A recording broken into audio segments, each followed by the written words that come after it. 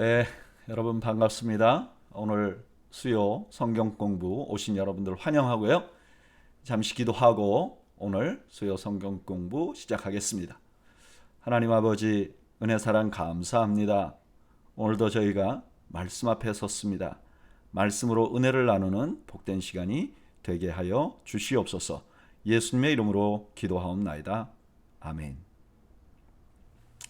네. 오늘은 마태복음 23장, 24장을 함께 공부하게 될 텐데 아마 마태복음에서 성경을 해석하고 이해하는데 가장 어려운 부분 중에 한 부분일 거라고 생각이 됩니다. 우리 마음을 열고 이 본문에서 우리 주님께서 우리에게 어떤 말씀을 하시는지 그런 궁금증을 가지고 함께 말씀을 공부해 보도록 하겠습니다.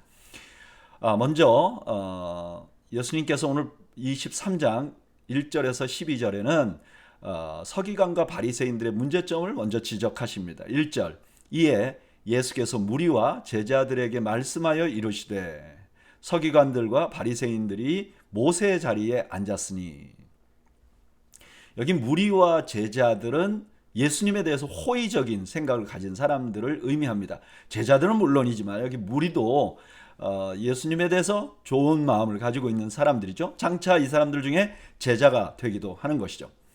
그런데 이 사람들에게 뭐라고 말씀하시는가? 서기관과 바리새인들이 모세의 자리에 앉았으니 이렇게 말합니다. 여기 모세의 자리라는 것은 율법을 낭독하고 해석하는 것, 이건 아마 모세의 자리라고 말하지 않는가 생각해 봅니다.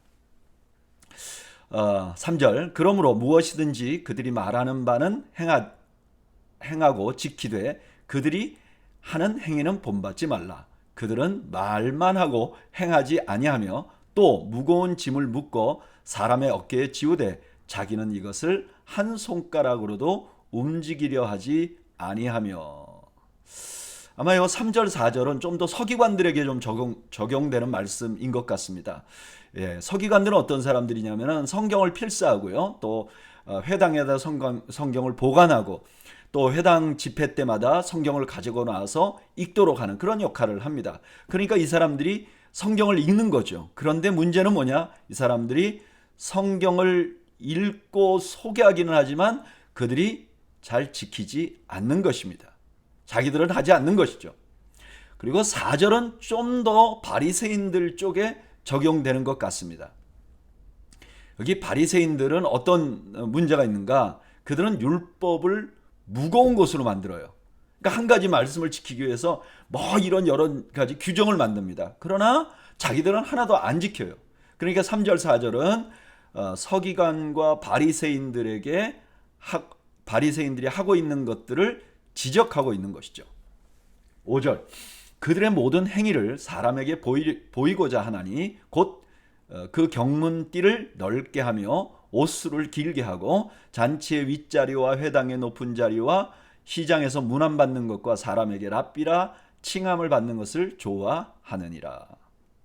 이 사람들의 관심사는 뭐냐? 온통 사람들에게 인정받는 것이라는 거죠. 8절 그러나 너희는 랍비라 칭함을 받지 말라. 너희 선생은 하나요? 너희는 다 형제니라. 땅에 있는 자를 아버지라 하지 말라. 너희의 아버지는 한 분이시니 곧 하늘에 계신 이시니라. 또한 지도자라 칭함을 받지 말라. 너희의 지도자는 한 분이시니 곧 그리스도시니라. 여기 랍비나 아버지나 지도자라는 말은 모두 스승이라는 의미가 있어요. 그러니까 스승을 존경하는 의미로 랍비라, 또 아버지라, 또 지도자라 이렇게 불렀던 거죠. 그런데 예수님의 제자들은 절대로 이렇게 살아서는 안 된다는 거예요. 왜냐하면 이렇게 사람들에게 존중받는 것은 종종 하나님의 자리에 서는 것이기 때문이죠. 여기 보니까 땅에 있는 자를 아버지라 하지 말라. 너희 아버지는 한 분이시니 곧 하늘에 계신 이시니라. 자기도 모르는 사이에 존경을 받고 존중을 받는 동안에 자기가 하나님 자리를 대신하게 된다는 거죠. 11절 너희 중에 큰 자는 너희를 섬기는 자가 되어야 하리라. 누구든지 자기를 높이는 자는 낮아지고 누구든지 자기를 낮추는 자는 높아지리라. 주님을 따르는 자들은 어떻게 해야 되는가? 자기를 낮추어야 한다는 거예요. 여러분 오늘 이 23장 1절에서 12절 말씀을 보면 먼저 이 말씀은 바리새인과 서기관들에 관한 말씀입니다. 그러나 예수님의 그 마음속에는 이 바리새인과 서기관이 관심이 있는 게 아니라 예수님을 따르는 제자들이 관심이 있는 거예요. 제자들은 어떻게 되는가?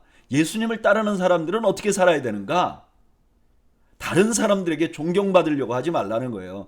다른 사람들에게 인정받으려고 하지 말라는 거예요. 오히려 섬기는 자가 되라는 거예요. 낮아지는 자가 되라는 거예요. 여러분, 예수님을 따르는 사람들은 어떻게 해야 되는가? 우리는 사람에게 인정받고 존경받으려고 애를 써서는 안 된다는 거예요. 더 낮은 자리에 섬겨서 사람들이 보기에 저 사람이 있나? 저 사람이 있었나? 이런 사람이 되자는 거예요. 참 쉽지 않는 거죠. 저도 목회자로서 이런 말씀을 묵상할 때마다 참 많이 부딪힙니다. 나도 모르는 사이에 사람들에게 존경을 받고 또 사람들에게 인정을 받으려고 하는 그런 모습이 저에게도 나타나기 때문에 그렇습니다. 여러분, 그런데 이렇게 하면 안 됩니다. 이거는 정말 주님 앞에 책망받을 수밖에 없는 것입니다. 우리 모두는 섬기는 자가 되어야 됩니다. 아무도 주목하지 않는 사람이 되어야 됩니다. 아무도 몰라주는 사람이 되어야 하는 것입니다. 저는 오늘 성경 공부 나오신 여러분들이 모두 그런 분들이 되시기를 바랍니다. 주님만 알아주고 나머지 사람들은 저 사람이 있나 없나 모르는 그런 사람들이 되시기를 주님의 이름으로 축원합니다. 그 다음에 이제 마태복음 23장 뒷부분에는요, 그 바리새인들이 받을 화를 7가지로 이렇게 강조해서 말씀하십니다. 이건 아주 이례적인 것이죠. 예수님께서 이렇게까지 하신 사람은 없어요. 그런데 오늘 본문에 보면 7가지 이유를 들어서 바리새인들의 잘못들을 하나하나 지적해 나갑니다. 왜 그러냐? 우리가 이 사람들처럼 살면 안 된다는 거예요. 이 사람들처럼 본받으면 안 된다는 걸 강조하기 위해서 그러는 거죠. 자, 13절 볼까요? 화 있을 찐저 외식하는 서기관들과 바리새인들이여, 너희는 천국 문을 사람들 앞에서 닫고 너희도 들어가지 않고 들어가려 하는 자도 들어가지 못하게 하는도다. 14절 없음. 이 바리새인과 서기관들이 화를 받을 것인데, 하나님 앞에 진노를 받을 것인데 왜 그러냐? 자기도 천국 문을 닫아요. 그리고 다른 사람이 들어가는 것도 막는 거예요. 왜 그렇죠? 자기가 다른 사람들을 올바로 가르치지 않으니까 다른 사람도 못 가게 만드는 거예요. 그리고 14절에는 이런 말이 있어요. 화 있을진저 외식하는 서기관과 바리새인들이여, 너희는 과부의 가산을 삼키며 외식으로 길게 기도하니 그 받는 판결이 더욱 중한 것이다. 이건 어떤 큰 사본에는 나오고 어떤 큰 사본에는 나오지 않아서 이렇게 없음이라고 기록한 것이죠. 두 번째 진노를 받아야 되는 이유. 화 있을진저 외식하는 서기관들과 바리새인들이여, 너희는 교인 한 사람을 얻기 위하여 바다와 육지를 두루 다니다가 생기면 너희보다 배나 더 지옥의 자식이 되게 하는도다. 유대인들이 개종자를 만드는 건 좋은 것이죠. 사실 예수님 당시에 많은 사람들이 유대교로 개종했어요. 왜 그러냐? 그래도 유대교를 믿는 사람들이 도덕적으로 좀 더 깨끗했어요. 그러니까 많은 사람들이 우리도 저렇게 살았으면 좋겠다. 그런 사람들이 유대교로 개종했어요. 근데 문제는 유대교로 개종하게까지 하는 데는 이분들이 역할을 했는데, 바리새인과 서기관이. 문제는 이 사람들을 더욱더 지옥의 자식이 되게 만든다는 거예요. 어떻게? 자기보다 더 외식하는 사람을 만들어버리는 거예요. 16절 화 있을진저 눈먼 인도자여, 너희가 말하되 누구든지 성전으로 맹세하면 아무 일 없거니와 성전에 금으로 맹세하면 지킬지라 하는도다. 어리석은 맹인들이여, 어느 것이 크냐? 그 금이냐? 그 금을 거룩하게 하는 성전이냐? 이 사람들이 화가 있는 구체적인 예를 하나 들어 설명하는데, 그게 뭐죠? 자기 자신들이 뭐가 본질인지 모르는 거예요. 그래서 맹인과 같다는 거예요. 그걸로 끝나는 게 아니라 그 본질을 뒤집는, 자기도 본질을 모르는데 그 뒤집는 가르침을 주는 거예요. 그 대표적인 예가 뭐냐? 맹세라는 거예요. 18절 너희가 또 이르되 누구든지 제단으로 맹세하면 아무 일 없거니와 그 위에 있는 예물로 맹세하면 지킬지라 하는도다. 맹인들이여, 어느 것이 크냐? 그 예물이냐? 그 예물을 거룩하게 하는 제단이냐? 그러므로 제단으로 맹세하는 자는 제단과 그 위에 있는 모든 것으로 맹세하며 또 성전으로 맹세하는 자는 성전과 그 안에 계신 이로 맹세하며 또 하늘로 맹세하는 자는 하늘의 보좌와 그 위에 앉으신 이로 맹세함이니라. 그들이 눈이 어두워진 이유가 뭐냐? 오늘 본문을 보면 나와요. 뭐죠? 이기적인 욕심이죠. 그들이 율법을 잘 모르죠. 그러니까 이기적인 욕심으로 자꾸 뭔가를 뒤틀리게 만드는 거예요. 진실을 뒤틀리게 만드는 거예요. 욕심으로. 바리새인과 서기관들은 자기들이 본질을 모르니까 자꾸 자기 이기심을 따라 말하고 행동할 수밖에 없게 되었다는 거예요. 여러분, 말씀의 본질을 모르는 사람들, 십자가를 모르는 사람들의 아주 중요한 특징이 뭐냐? 가다 보면 욕심으로 가요. 한참 가다 보면 자기 이익을 추구해요. 조심해야 합니다. 23절 화 있을진저 외식하는 서기관들과 바리새인들이여 너희가 박하와 회항과 근체의 11조는 들이되 율법에 더 중한 바 정의와 긍휼과 믿음은 버렸도다. 그러나 이것도 행하고 저것도 버리지 말아야 할지니라. 맹인된 인도자여 하루살이는 걸러내고 낙타는 삼키는도다. 이들이 화가 있는 또 하나의 이유가 화를 받아야 진노를 받아야 할 또 하나의 이유가 있어요. 그건 뭐냐면은 더 중요한 율법 정신은 버리고 덜 중요한 것만 붙들고 있어요. 하루살이 같은 거는 막 걸러내려고 하고 낙타같이 큰 말씀은 그냥 신경 쓰지도 않는 거예요. 왜 이랬을까? 이 당시에 유대인들은요, 유대인이 구원을 얻는다고 생각했어요. 그러면 유대인이 누구냐? 이렇게 말했을 때 율법의 유대인답게 하라는 걸 지키는 사람이 유대인들이다. 이렇게 생각했단 말이에요. 그러니까 이 사람들은 율법에서 뭐가 중요하냐? 유대인과 비유대인을 구별하는 것이 중요하다고 생각했어요. 그러니까 뭘 중요하게 생각하느냐? 안식일 지키는 거. 뭐 돼지고기 먹지 말라는 거. 뭐 이런 거에 강조한 거예요. 그 대신 뭐 모든 종교에 다 있는 거, 부모를 공경하라. 이런 거는 이분들에게 관심이 없어요. 아니 이방 사람들도 다 부모를 공경하라 그러잖아. 근데 여러분, 이거야말로 큰 실수죠. 하나님 앞에 더 중요한 게 무엇이죠? 우리 인간적으로 하나님이 우리에게 주신 그 율법의 핵심 뭐예요? 우리가 인간으로서 그 하나님께서 이 땅에 우리를 보내신 그런 인간으로서의 본질적인 삶을 잘 살아라 하는 게 하나님의 뜻이잖아요. 근데 이 사람들은 그걸 다 버린 거예요. 마치 낙타를 버리는 것처럼. 그리고 하루살이 같은 거, 정말 율법에서는 어떻게 보면 신앙생활 하는데 도움이 되게 하려고 했던 그런 종교적인 것에, 그리고 유대인의 그 정체성을 나타내는 거, 그런 것에 아주 매여가지고 그런 것만 중요하게 생각한 거죠. 그러니까 이 사람들이 율법을 제대로 모르는 시각장애인들 같은 사람이 된 것이죠. 25절 화 있을진저 외식하는 서기관들과 바리새인들이여 잔과 대접의 겉은 깨끗이 하되 그 안에 탐욕과 방탕으로 가득하게 하는도다. 눈먼 바리새인이여 너는 먼저 안을 깨끗이 하라. 그리하면 겉도 깨끗하리라. 이 사람들이요, 자기들이 유대인들이 되는 거, 내가 유대인 나온 거에 너무 강조하다 보니까 자꾸 이제 행동하는 거, 겉모습만 자꾸 강조하게 되는 거예요. 그 원래도 율법에 중요한 그 마음에 대한 건 점점 잊어버리는 거예요. 그래서 결국 뭐냐?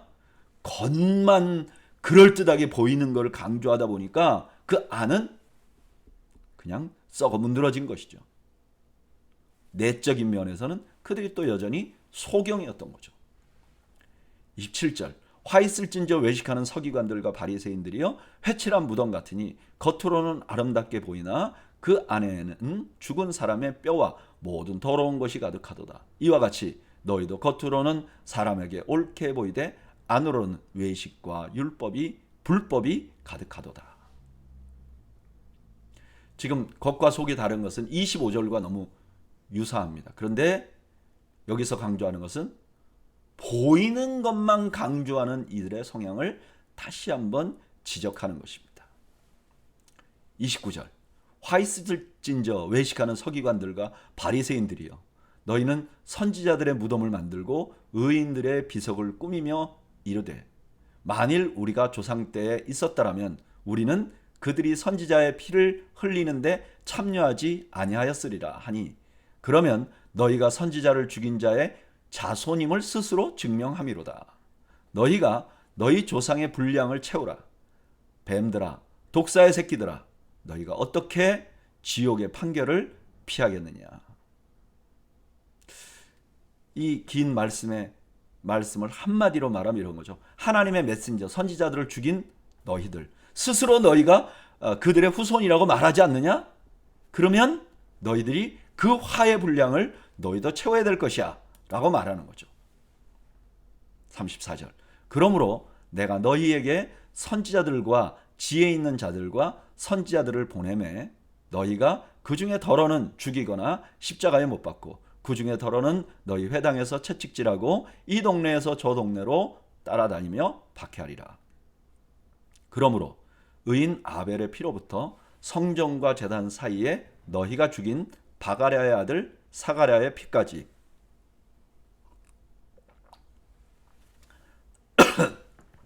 땅 위에서 흘린 의로운 피가 다 너희에게 돌아가리라. 내가 진실로 너희에게 이르노니 이것이 다 이 세대에 돌아가리라. 지금 현재 유대인들이 과거의 선지자들을 핍박했던 사람들이 자기들의 조상이라고 말하잖아요. 그래서 너희가 그 화를 받아야 될 것이다. 이미 말했잖아요. 근데 이제 예수님이 너희들에게 다시 선지자와 또 예수님에 대해서 복음 전하는 자를 보낼 건데 너희가 또 박해할 것이야. 그러니까 너희는 그 화를 당할 것, 이걸 피할 수가 없어. 너희 조상으로부터 너희 때까지 계속 이어지는 이 불법에 대한 대가를 너희가 피할 수 없어. 이렇게 말하는 거죠. 37절. 예루살렘아 예루살렘아, 선지자들을 죽이고 내게 파송된 자를 돌로 치는 자여, 암탉이 그 새끼를 날개 아래 모음같이 내가 내 자녀를 모으려 한 일이 몇 번이더냐. 그러나 너희가 원하지 아니하였도다. 보라, 너희 집이 황폐하여 버려진 바 되리라. 37절은 바리새인들의 7번째 화와 연관되어 있는 거죠. 7번째 화가 뭐였죠? 그렇죠. 선지자들을 핍박한 거죠.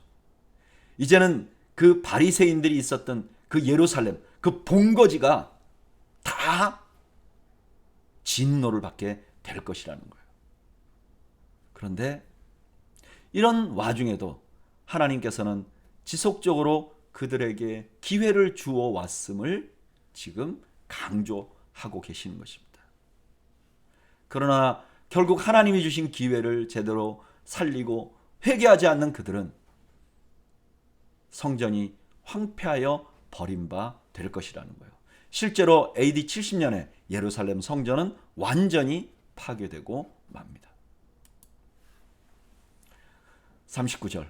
내가 너희에게 이르노니 이제부터 너희는 찬송하리로다 주의 이름으로 오시는 이여 할 때까지 나를 보지 못하리라 하시니라. 예루살렘이 회복할 기회를 갖지 못할 것이라는 것을 말씀하십니다. 이제 주님께서 다시 오시면 새 하늘과 새 땅이 임하실 것이고, 그때는 이들이 주님이 누구신지 분명히 알게 될 것입니다. 오늘 이 긴 본문에서는 바리새인들의 7가지 화를 선언하십니다. 그리고 이렇게 7가지 화의 마지막은 뭐냐면 주님과 제자들을 배격할 유대인들과 유대인들이 살고 있는 그 예루살렘 성도 하나님의 심판대 앞에 설 것이라고 말씀하십니다. 굉장히 단호한 말씀이죠. 근데 저는 이 말씀을 쭉 몇 번 읽으면서 이런 생각이 들더라고요. 지금 예수님 분명히 바리새인들에게 말씀하시는 말인데, 이거 어떻게 보면 내 모습 속에도 언뜻 나타나는 모습이 아닌가 하는 생각이 드는 거죠. 여러분들도 아시다시피 제가 아주 철저하게 제가 드러나는 것을 좋아하지 않는다고 말하는 목사입니다. 제 목회의 어떤 모토가 뭐냐? 구름처럼 바람처럼 있다가 사라지는 그런 목회자가 되게 해 주십시오. 흔적이 남지 않는 목회자가 되게 해 주십시오. 그게 제 소원입니다. 그런데도요, 그런 저에게도 어떤 때 사람들이 인정하는 듯한 말을 하면 그게 듣기 싫지 않아요. 그리고 그런 것들이 의식이 돼요. 이게 참 인력으로는 안 되는 일인 것 같아요. 우리 안에 있는 깊은 욕심이 잘 없어지지 않는 것 같아요. 그래서 예수 그리스도의 십자가가 없으면 우리가 희망이 없는 것이죠. 십자가가 없으면 우리가 여기 나오는 바리새인과 서기관들과 다를 바가 없는 것이죠. 그래서 우리는 우리를 위하여 십자가를 지신 예수님 때문에 우리가 이런 절망 속에서도 소망을 갖게 되는 것이죠. 주님 앞에 주님 저를 용서해 주십시오 하면서 오늘 하루도 살 수 있는 것이죠. 저는 그래서 십자가가 우리의 소망이라고 생각합니다. 십자가가 우리의 유일한 희망이라고 믿습니다. 자, 24장으로 가볼까요? 이제 24장은 본격적으로 제자들에게 주는 가르침입니다. 23절은 물론 제자들에게 주는 가르침이기도 하지만 그러나 바리새인과 서기관들의 모습이 집중되어 있었다면 24장부터는 제자들에게 주는 핵심적인 말씀이 됩니다. 1절, 예수께서 성전에서 나와서 가실 때 제자들이 성전 건물들을 가르쳐 보이려고 나오니 대답하여 이르시되 너희가 이 모든 것을 보지 못하느냐? 내가 진실로 너희에게 이르노니 돌 하나도 돌 위에 남지 않고 다 무너뜨려 지리라. 제자들이 이제 예루살렘 성전에 대해서 자부심을 가지고 있었던 것 같아요. 사실은 모든 유대인들이 예루살렘 성전에 대해서 자부심을 가지고 있어요. 근데 여러분 아세요? 지금 이 제자들이 보여주는 예루살렘 성전은 그나마도 솔로몬이 지은 것도 아니에요. 이게 지금 다 무너지고 난 뒤에 헤롯이 유대인들에게 환심을 사려고 지었던 성전이잖아요.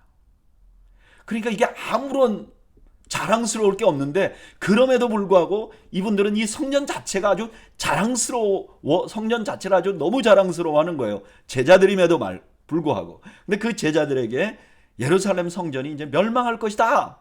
돌 위에 돌 하나도 남지 않을 것이다. 이렇게 선언하는 거죠. 3절.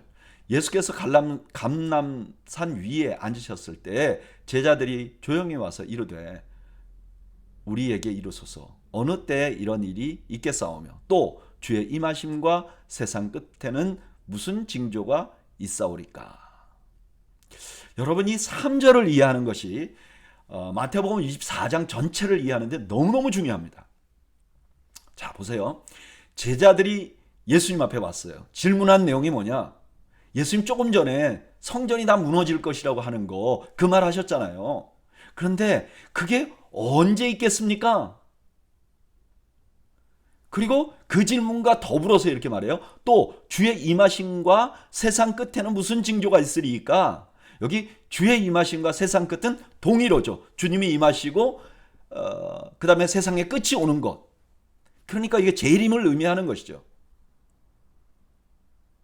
그런데 이 재림을 세상 끝날을 뭐와 연관시키냐면은 성전이 파괴되는 것과 연관을 시켜서 질문하고 있습니다. 그러니까 지금 제자들은 어떤 생각을 하고 있냐면은 성전이 파괴되는 것이 이 땅의 종말이다. 이렇게 생각하는 거예요. 그래서 예수님께서는 이 제자들의 생각을 가지고 와서 그러니까 예루살렘 성전이 망하게 파괴되는 그런 배경을 사용해서 예수님이 장차 오실 그때를 설명하시는 거예요. 그래서 이게 중간중간 섞여서 헷갈려요. 이게 예수님 재림하신다는 때의 일인가? 아니면 이게 예루살렘 성전이 멸망할 때 일인가? 이렇게 헷갈려요. 그래서 우리가 이 본문을 특별히 마태복음 24장을 묵상할 때는 그것을 좀 자세히 구별해 가면서 말씀을 읽어야 돼요. 그렇지 않으면 주님 오심에 대해서 우리가 큰 오해를 할 수 있게 되는 거예요. 자, 그러면 이런 전제를 가지고 4절 볼까요? 예수께서 대답하여 이르시되 너희가 사람의 미혹을 받지 않도록 주의하라. 많은 사람이 내 이름으로 와서 이르되 나는 그리스도라 하여 많은 사람을 미혹하리라. 자, 제일 중요한 제자들이 잊지 말아야 될 건 뭐냐면은 예루살렘 성전 파괴와 주님 재림하시는 종말을 비교해서 예루살렘이 파괴되면 주님이 재림하신다고 이렇게 오해하면 안 된다는 거예요. 이거 오해하면 안 된다는 거예요. 그런 일이 일어나면 어떻게 해야 되느냐? 아직도 시간이 많이 남아있다고 생각해야 된다는 거예요. 이게 지금 핵심이에요. 그 중에 하나가 뭐냐면 거짓 그리스도인데요. 여러분, 거짓 그리스도가 나오면 이제 종말이 곧 올 것이라고 생각하는 경향이 있는데 그러지 말라는 거예요. 6절 난리와 난리 소문을 듣겠으나 너희는 삼가 두려워하지 말라. 이런 일이 있어야 하되 아직 끝은 아니니라. 민족이 민족을 나라가 나라를 대적하여 일어나겠고 곳곳에 기근과 지진이 있으리니 이 모든 것은 재난의 시작이니라. 여기 재난의 시작이라는 것, 이것은 재난이 완성됐다 그런 뜻이 아니죠. 이제 시작한 것에 불과하다 이런 뜻이죠. 그러니까 어떤 것이냐면 거짓 그리스도가 나타나요. 그리고 전쟁이 일어나요. 기근이 일어나요. 지진이 일어나요. 그러면 주님이 곧 오시는가? 이렇게 생각하지만 그게 아니라는 거예요. 이제 시작에 불과하다는 거예요. 그건 그렇게 생각하면 안 된다는 거예요. 근데 우리가 그런 성향이 있잖아요. 저도 2020년이었나요? 그때 한창 코로나 바이러스가 막 미국에 퍼지고 우리 모두가 락다운 돼서 집에 있을 때 그때 여기 산불이 또 많이 났잖아요. 그래서 하늘이 빨갛게 되는 때가 있었어요. 아침에 일어나서 밖을 내다보니까 하늘이 그냥 빨개요. 이제 주님이 오시는가? 그런 생각이 저도 들더라고요. 근데 오늘 성경에서 뭐라 그래? 그렇지 않다는 거예요. 그렇지 않다는 거예요. 그냥 시작이라는 거예요. 9절. 그때 사람들이 너희를 환난에 넘겨주겠으며 너희를 죽이리니 너희가 내 이름 때문에 모든 민족에게 미움을 받으리라. 그때에 많은 사람이 실족하게 되어 서로 잡아주고 서로 미워하겠으며 거짓 선지자가 많이 일어나 많은 사람을 미혹하겠으며 제자들은 핍박을 받을 것이라는 거예요. 다음에 내부에는 배교자가 생겨요. 그래서 서로 저거 이단 아니야? 이렇게 서로. 그리고 나중에는 그 와중에 또 거짓 선지자들이 나타나서 막 미혹할 거라는 거예요. 그리고 12절 불법이 성함으로 많은 사람의 사랑이 식어지리라. 그러나 끝까지 견디는 자는 구원을 얻으리라. 이 천국 복음이 모든 민족에게 증언되기 위하여 온 세상에 전파되리니 그제야 끝이 오리라. 이런 어려운 상황이 기독교인들의 최대 특징인 사랑이 식어지게 만들어요. 그리고 배교하는 사람도 생기고. 근데 이런 상황이 생기면 이제 곧 주님이 오는구나. 이제 집 싸갖고 이제 어디로 가야 되는구나. 이렇게 하면 안 된다는 거예요. 이럴 때 견디라는 거예요. 그냥 견디라는 거예요.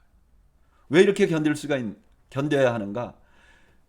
이럼에도 불구하고 주님이 안 오시잖아요. 지금 아까 시작이라 그랬잖아요. 그러면 이게 주님이 안 오시나 이런 생각을 할 수 있는데 그러지 말라는 거예요. 이렇게 주님이 금방 오시지 않는 것은 아직도 구원받아야 될 사람들이 더 남아있기 때문에 지금 기다리고 계시다는 거예요. 천국 복음이 모든 민족에게 증언되기 위하여 온 세상에 전파되리니 그제야 끝이 오리라. 이것은 모든 민족이 누구에게까지지 이렇게 보라고 하는 게 아니라는 거예요. 이건 뭐죠? 하나님이 택하신 사람은 끝까지 다 구원시킬 때까지 주님이 기다리신다는 걸 지금 강조하고 계시는 것이죠. 지금 마태복음 24장 1절에서 14절까지는 14절까지에서 예수님 말씀하시는 핵심은 뭐냐면은 지금 여기에 등장한 여러 가지 일들이 이거 있으면 주님이 곧 재림하시는가? 세상에 종말이 오는가? 아니라는 거예요. 그건 시작에 불과하다는 거예요. 이럴 때는 어떻게 해야 되는가? 잘 견뎌야 된다는 거예요. 인내해야 된다는 거예요. 근데 인내할 수 있는 이유가 뭐냐? 하나님을 신뢰하기 때문에 인내한다는 거예요. 하나님은 한 사람도 멸망하기를 원하지 않으세요. 그러니까 하나님은 우리가 신뢰하면 기다릴 수 있다는 거예요. 어떻게 보면요, 신앙생활은 견디는 것인지 모릅니다. 평안하지도 않고 앞이 캄캄해도 그저 하나님을 신뢰하고 기다리는 것. 이것이 신앙생활의 핵심인지 모릅니다. 오늘 성경 공부하신 여러분, 우리같이 믿는 사람들은 가끔 그런 생각들을 한 번씩은 해보실 거예요. 진짜 너무 어렵고 너무 힘들면 그냥 주님 오셨으면 좋겠다. 주님 오셨으면 좋겠다. 이런 생각하면서 자기도 모르게 자기가 내가 그래도 믿음이 있나 보다 이렇게 생각할 수 있잖아요. 근데 여러분, 그거야말로 불신적인 마음이에요. 그렇게 하면 안 돼요. 그런 마음이 들면 안 돼요. 내가 너무 어렵구나. 아이고, 주님이 왔으면 좋겠다. 그런 게 아니라 어렵고 힘들구나.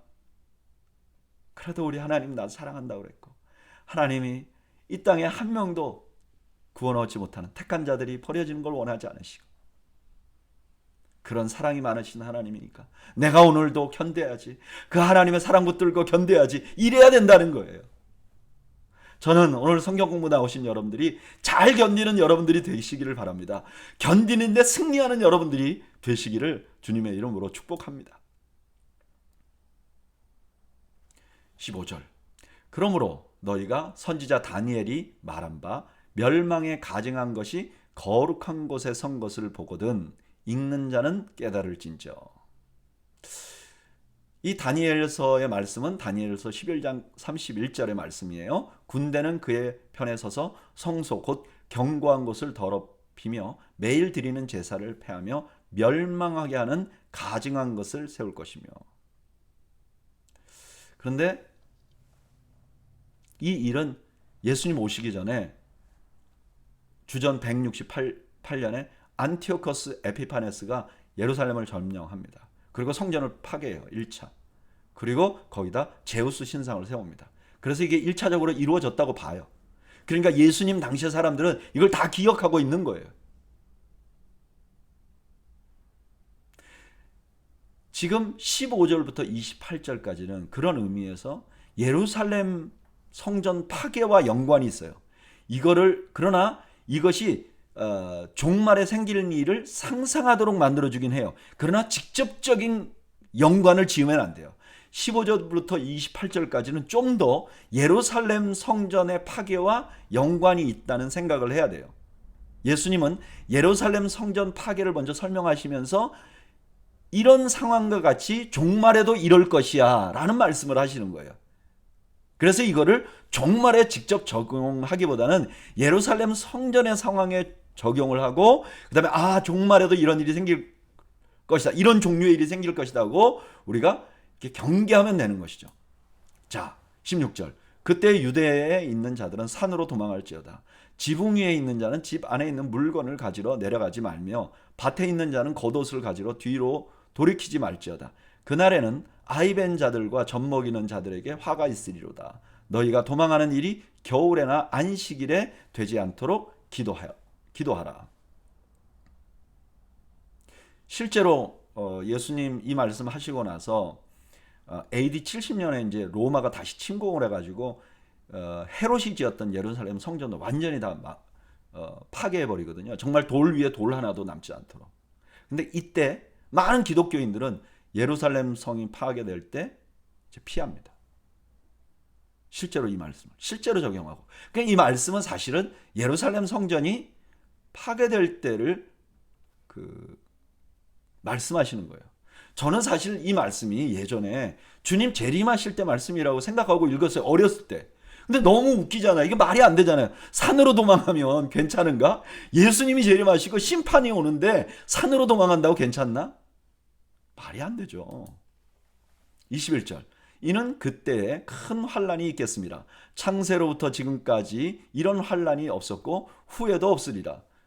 그 날들을 감하지 아니하면 모든 육체가 구원을 얻지 못할 것이나 그러나 택하신 자들을 위하여 그 날들을 감하시리라. 여기 창세전에 이런 환난이 없었다는 것은 아까 말씀드렸던 디도 장군에 의해서 70년에 성전이 파괴될 때 예루살렘에는 정말 대학살이 벌어집니다. 이전에도 없었고 이후에도 없을 만한 학살. 그런데 그때 기억하라는 거예요. 하나님은 자기 백성들을 기억하고 있다는 것을 기억하라는 거예요. 자기 백성을 향한 하나님의 사랑은 변함이 없다는 것을 기억하라는 거예요. 그리고 하나님께서 그 악한 날들을 감해 주실 것이라는 거예요. 23절. 그때 사람이 너희에게 말하되 보라 그리스도가 여기 있다 혹은 저기 있다 하여도 믿지 말라.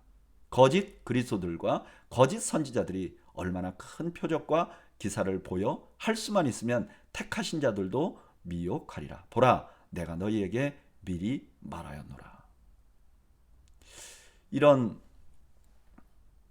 재난이죠. 예루살렘 성전이 파괴되는 이런 재난이 오면 그때 이단들이 더 많이 나타난다는 거예요.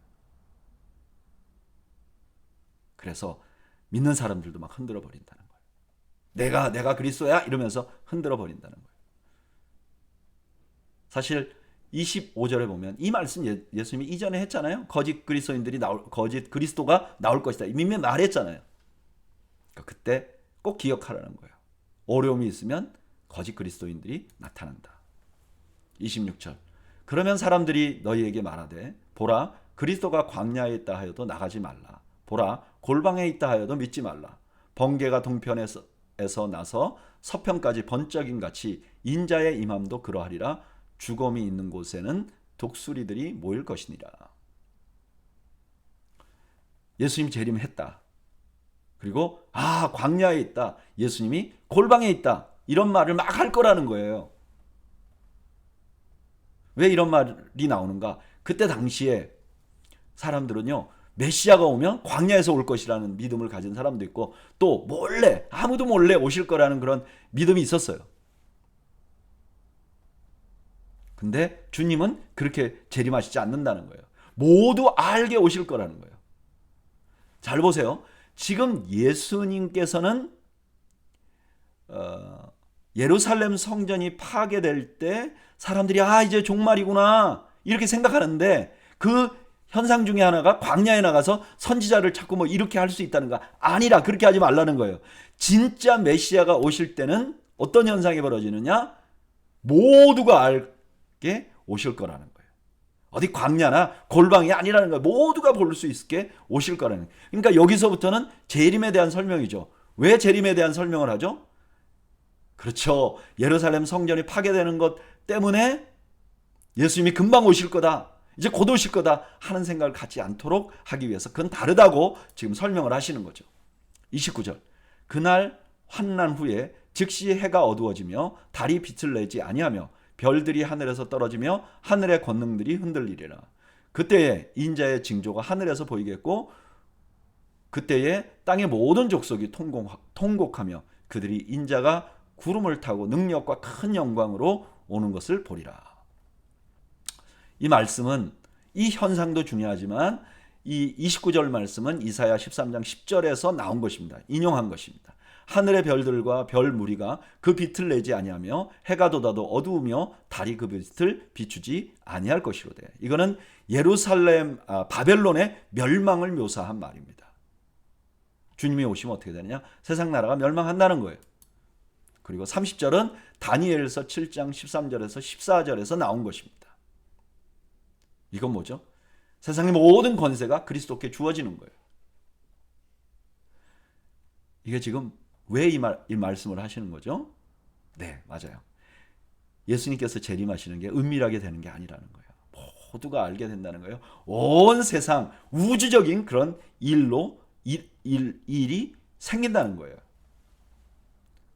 31절.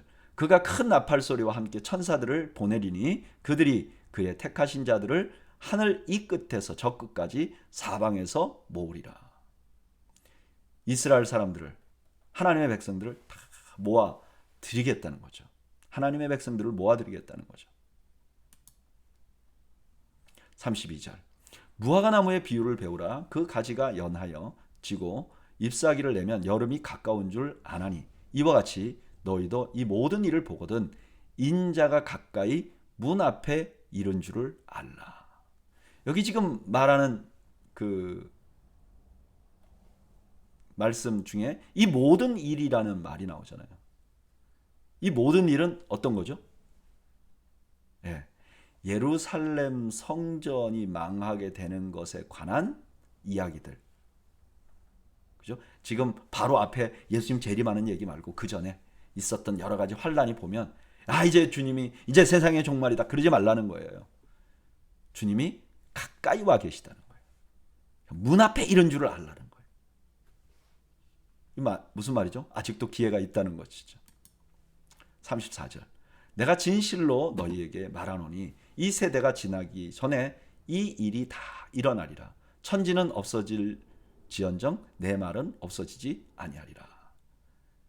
여기 이 세대가 지나기 전에 이 일이 다 일어나리라 하는 이 세대에 일어날 일은 뭐죠? 아까 말씀드렸던 예루살렘 성전이 파괴되는 그 장면. 여기 지금 말씀 듣는 사람들, 그 사람들의 세대가 지나가기 전에 그 일이 일어날 것이다. 그렇죠? 예루살렘 성전이 AD 70년에 파괴되었고 예수님이 이 말씀하시는 것은 뭐 AD 30년에서 35년 사이에 일어난 일이잖아요. 그러니까 충분히 이 세대가 다 볼 수 있죠.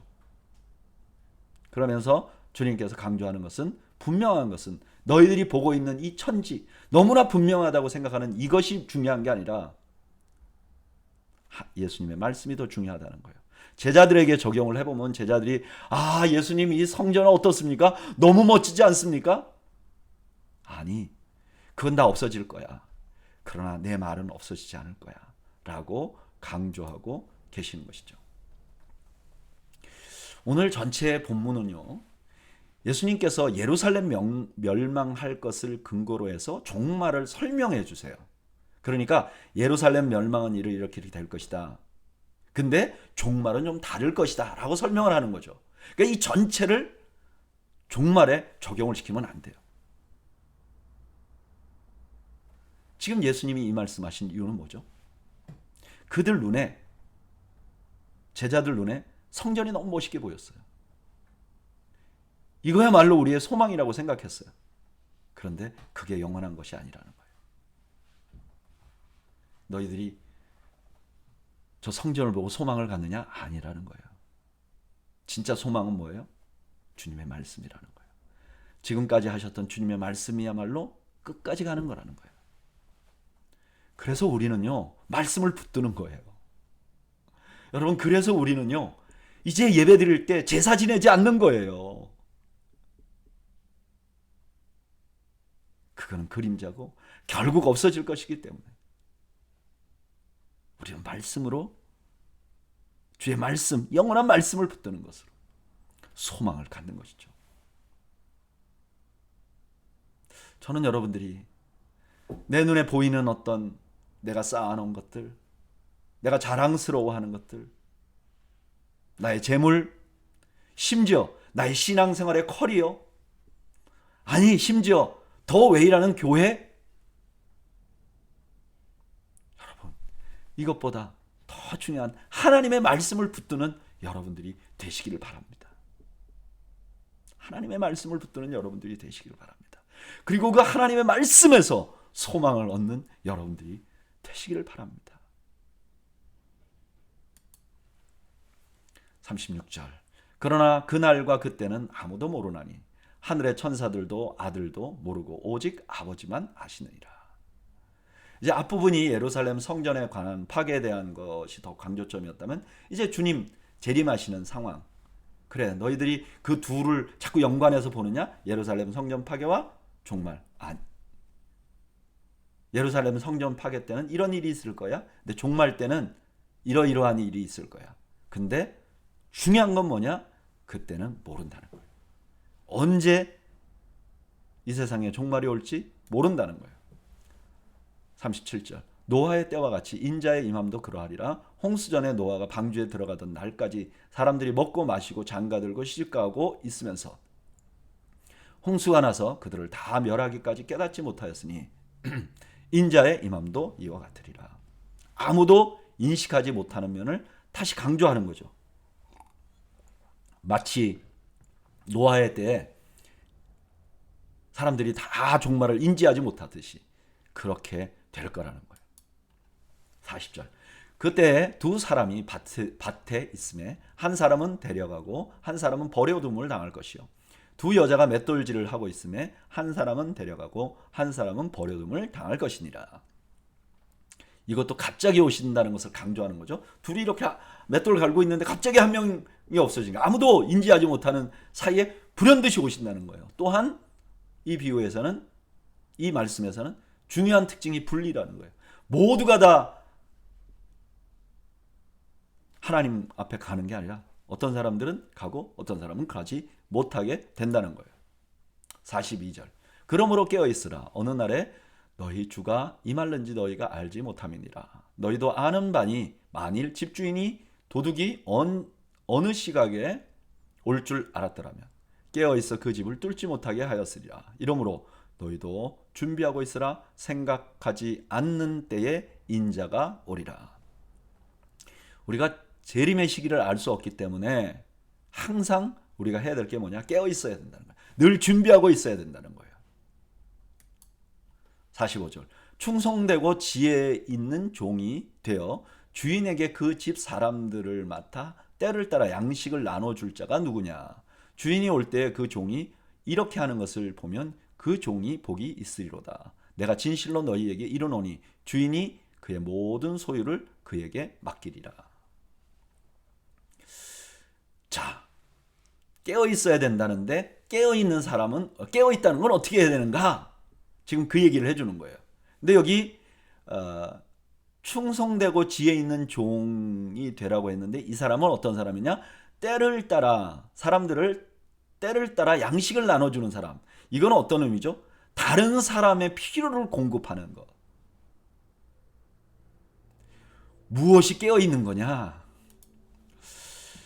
무엇이 준비하고 있는 거냐? 우리는 흔히 이제 깨어 있다 그러면 기도를 많이 생각합니다. 그것도 다른 성경에 보면 일부 맞는 것 같아요. 그런데 오늘 본문에서 예수님께서 강조하는 것은 주님이 재림하시는 날을 기다리는 성도들이, 기다리는 자들에게서 나타나야 될 것이 뭐냐면은 다른 사람의 필요를 공급하는 거예요. 다른 사람의 필요를 공급하는 것. 이건 두 가지가 두 가지가 있어야지 가능한 거예요. 첫째는 뭐죠? 공감이죠, 공감. 다른 사람이 뭐가 필요한지 보는 거예요. 또 하나는 뭐죠? 희생이죠. 다른 사람의 필요를 공감만 하지 자기가 희생하지 않는 거는 필요를 나눠줄 수 없죠. 이런 사람을 충성되고 지혜 있는 자라고 말하는 거예요. 주님이 오시기를 준비하면서 살아가는 사람을 사람의 삶의 패턴, 삶의 환경이라고 말하는 거예요. 48절.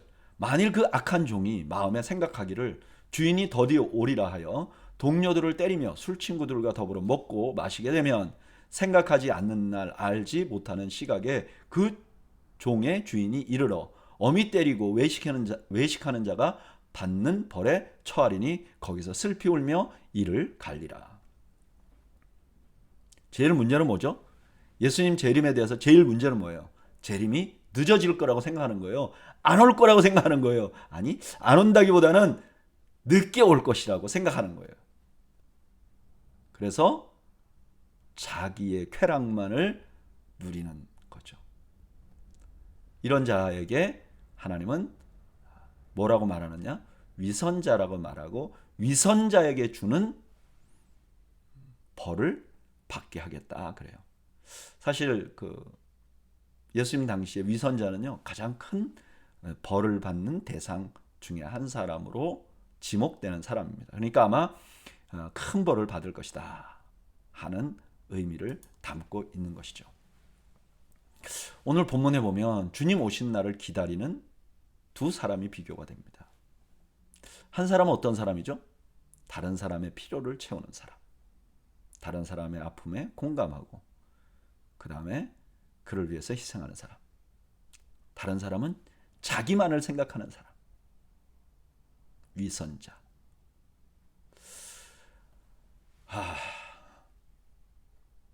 여러분, 종말이 오면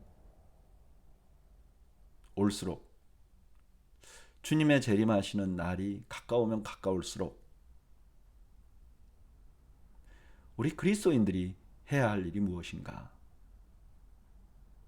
내 주변의 사람들을 필요를 보고 공감하고 그들을 위해서 희생하고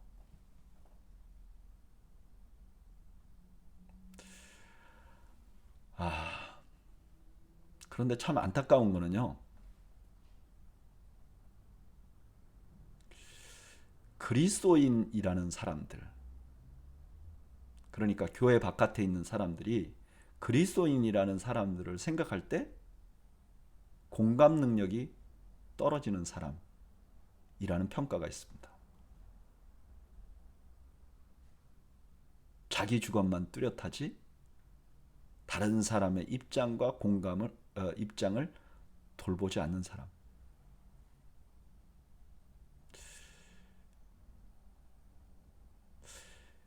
이런 건 어떻게 보면 정서적으로 유학이죠. 공감 능력이 없는 사람들은 정서적으로 유아기인 사람들이에요. 교회 보면 이런 분들 참 많아요. 믿음이 굉장히 좋은 척 하는데 공감 능력이 없어요. 이런 분들이 교회 직분을 맡는다든지 목회자가 된다든지 하면 참 너무 어려워요.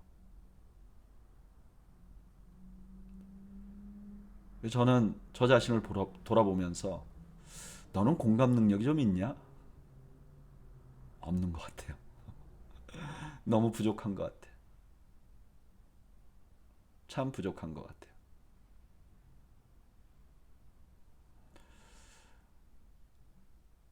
여러분, 주님은 오십니다. 다시 오십니다. 예루살렘 성전이 파괴될 것이라고 제자들은 아무도 생각 못했는데 그날이 왔습니다. 마찬가지로 예수님 오실 것입니다. 그런데 예수님의 오심을 기다리면서 그의 충성된 제자들이 해야 할 일은 바로 내 주변에 있는 사람들 공감하고 그들의 아픔을 이해해주고 그들의 아픔을 싸매주고 그들의 필요를 채워주는 것입니다. 오늘 내가 공감해주지 못하는 사람은 누구일까? 아니, 오늘 내가 공감해주기를 기다리는 사람은 누구일까? 어떤 때는요, 그것이 자기 자녀일 수도 있고, 그것이 자기 배우자일 수도 있고, 자기와 가장 가까운 성도들일 수도 있습니다. 돌아보는 시간을 갖기를 바랍니다. 그리고 또 하나 더 근본적으로 나는 과연 공감하는 능력이 있는가?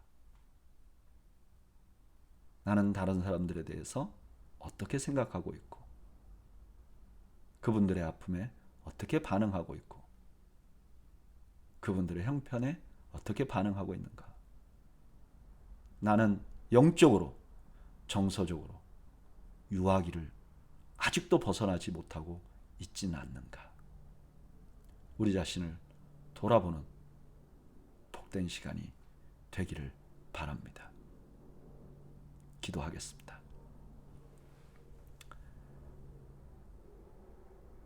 약속하신 대로 곧 오실 주님, 주님 기다리면서 착하고 충성된 종이라 칭찬받는 우리 모두가 될 수 있도록 은혜를 베풀어 주시옵소서. 예수님의 이름으로 기도하옵나이다. 아멘. 네, 오늘 저녁에 성경 공부 참여하신 여러분들 감사합니다.